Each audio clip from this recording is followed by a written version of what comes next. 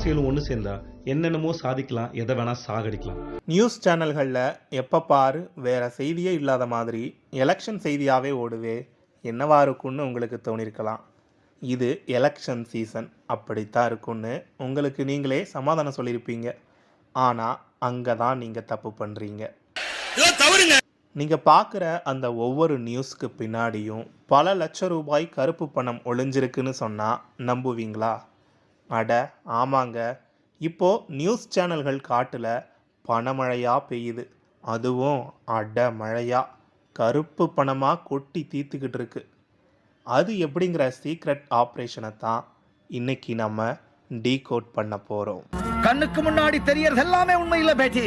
ஒரு 25 வருஷத்துக்கு முன்னாடிலாம் எலெக்ஷன்னா எப்படி இருக்குன்னு கொஞ்சம் யோசிச்சு பாருங்களேன்.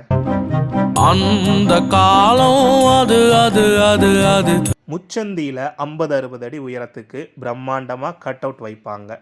3 மாதத்துக்கு முன்னாடியே சுவத்தில் இடம் பிடிச்சு வரைய ஆரம்பிச்சிடுவாங்க. வீட்டுக்கு வீடு கிலோ கணக்கில் நோட்டீஸ் கொடுப்பாங்க. ஆனால் இப்போது எலெக்ஷன் கமிஷன் ரூல்ஸை ஸ்ட்ரிக்ட் ஆக்கி சிசிடிவி கேமராலாம் வச்சு கண்காணிக்க ஆரம்பித்ததும் வேட்பாளர்களால் நினச்சபடி செலவு பண்ண முடியல.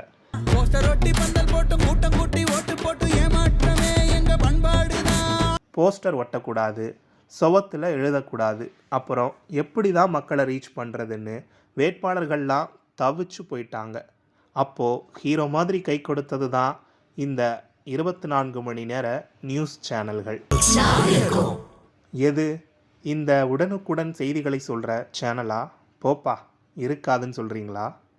உங்களோட இந்த நம்பிக்கைக்குள்ளே தான் சேனல்களுக்கும் வேட்பாளர்களுக்கும் நடுவில் ஒரு மெகா சீக்ரெட் டீலிங்கே நடக்குது. விதிமுறைப்படி ஒரு வேட்பாளர் டிவியில் சோஷியல் மீடியாவில் விளம்பரம் கொடுத்தா அதை பேங்க் அக்கௌண்ட் மூலமாக தான் கொடுக்கணும். அது அவரோட தேர்தல் செலவு கணக்கில் சேர்ந்துடும். ஆனால் எலெக்ஷன் கமிஷனோட கண்ணில் மண்ணை தூவுறதுக்காக போடப்பட்ட ஸ்கெட்ச் தான் இந்த டீலிங்.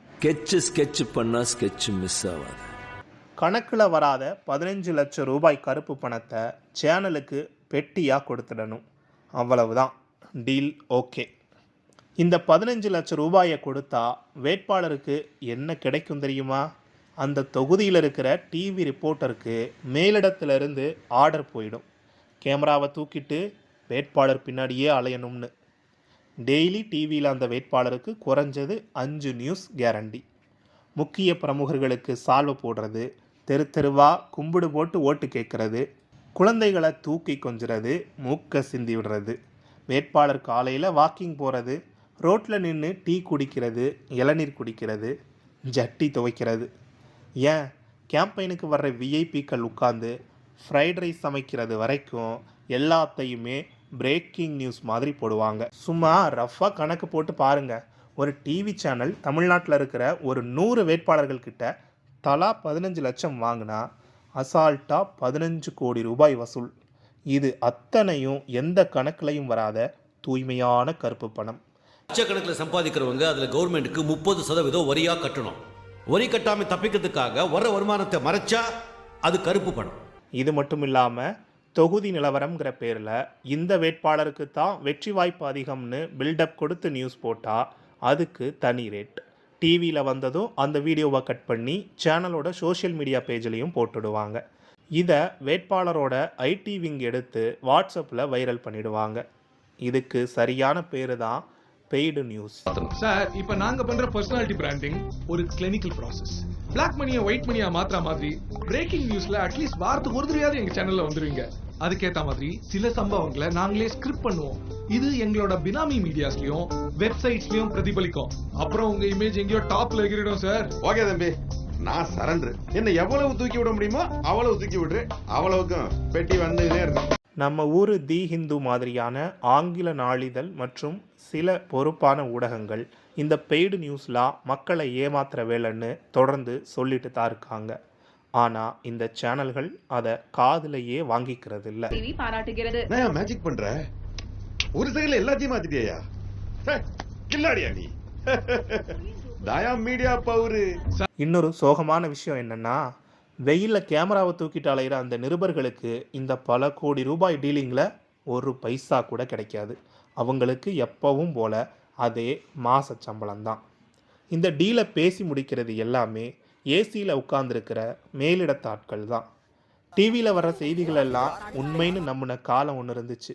ஆனால் இப்போ அப்படி கண்ணை மூடிட்டு எதையும் நம்பிடாதீங்க. கண்ணை நம்பாதே, உன்னை ஏமாற்றும். இப்படி அரசியல்வாதிகளும் டிவி சேனலும் மக்களை ஏமாத்துறது ஒரு பக்கம் இருக்க, வேட்பாளர்களே ஏமாத்துறதுக்காக இப்போ புதுசாக ஒரு மாஃபியா கூட்டம் கிளம்பியிருக்கு. உங்களை நாங்கள் சோஷியல் மீடியாவில் ப்ரமோட் பண்ணுறோன்னு சொல்லி 20 முதல் 30 லட்சம் வரைக்கும் வேட்பாளர்கள்கிட்டயே கறக்குறாங்க. இந்த ப்ரொமோஷன் மோசடி மூலமாக மட்டும் தமிழ்நாட்டில் பலாயிரம் கோடி ரூபாய் கைமாறுது. எலெக்ஷன் கமிஷனையே ஏமாத்துகிற அந்த மெகா மோசடி பற்றி அடுத்த வீடியோவில் இன்னும் டீப்பாக அலசுவோம். நாம் இதையெல்லாம் சொல்கிறதுக்கு காரணம், வாக்காளர்களாகிய நீங்கள் விழிப்போடு இருக்கணுங்கிறதுக்காகத்தான். காசு கொடுத்து போடுற விளம்பரத்தை பார்த்து ஏமாந்தோ, காசு கொடுக்குறாங்கன்றதுக்காகவோ ஓட்டு போட்டு ஏமாந்துடாதீங்க. போடாம விட்டுட்டோம் பல வாட்டி, போட்டுதான் பாப்போம் இந்த வாட்டி. போடாம விட்டுட்டோம் பல வாட்டி, போட்டுதான் காட்டுவோம் இந்த வாட்டி. இந்த வீடியோ நியாயம் நீங்கள் நினச்சா இதை உங்கள் நண்பர்களுக்கு ஃபார்வர்ட் பண்ணுங்கள். இந்த லிங்க்கை அப்படியே உங்கள் வாட்ஸ்அப் குரூப்கள்லையும் ஷேர் பண்ணுங்கள்.